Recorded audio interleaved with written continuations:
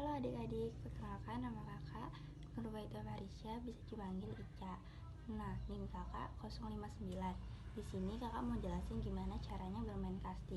Pasti adik-adik udah tahu kan apa itu kasti. Nah, sebelum kita bermain, kita harus tahu dulu tujuan dari bermain kasti.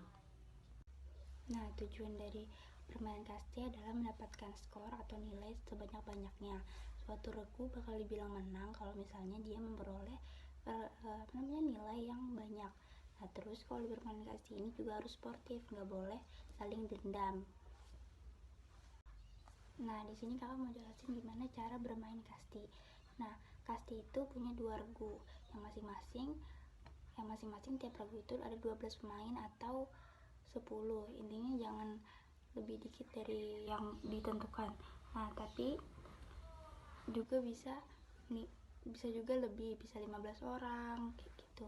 Terus sebelum main permainan kasti, nanti bakal diundi siapa regu yang main duluan, terus siapa yang jadi pemukul, penjaga gitu. Nah, setelah ditentuin, semuanya berkumpul di ruang bebas. Terus yang jaga bakal nyebar dalam lapangan permainan. Dari setiap satu orang regu, penjaga akan bertugas sebagai pelampung. Jadi yang bertugas buat melempar bolanya. Terus regu yang main secara bergantian menjadi pemukul. Jadi setiap regu itu nanti pemainnya itu bakal ganti-gantian jadi pemukulnya, terus mutarin lapangan kayak gitu. Nah, waktu permainan kasti ini 2 kali 30 menit, istirahatnya 10 menit, berarti sekitar 1 jam, terus istirahatnya 10 menit gitu. Nah, ada pelampung yang melempar bola. Pemukul itu dikasih batas untuk mukul tuh 3 kali. Terus kalau misalnya 3 kalinya ini gagal, nah berarti nggak dapat nilai, terus kembali lagi ke ruang bebas. Nah, tapi kalau misalnya pemukulnya ini berhasil buat mukul kastinya, nah nanti si pemukul ini lari ke tiang hinggap sampai kembali lagi ke ruang bebas. Nah, kalau misalnya sudah kembali ke ruang bebas, itu berarti udah dapat poin. Nah, terus kalau misalnya pemukulnya terus udah bisa ngelewatin tiang 1, tiang 2, terus kembali lagi ke ruang bebas. Nah, itu berarti pemukulnya itu dapat nilainya 1. Tapi kalau misalnya pemukulnya itu nggak jalan mulus, terus nggak kembali ke ruang bebasnya, nah terus berarti karena diincar sama tim lawannya, berarti bola yang terpukul atau melempar bola tersebut ke tubuh pemukul yang menuju ke tiang hinggap tiang 1 atau tiang 2.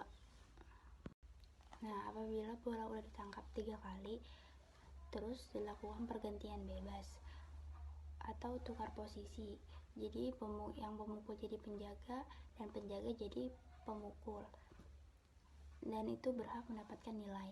Terus sementara untuk mematikan lawan, itu dalam permainan kasti, satu lemparan udah dianggap sah apabila bola mengenai baju atau badan si pemukul.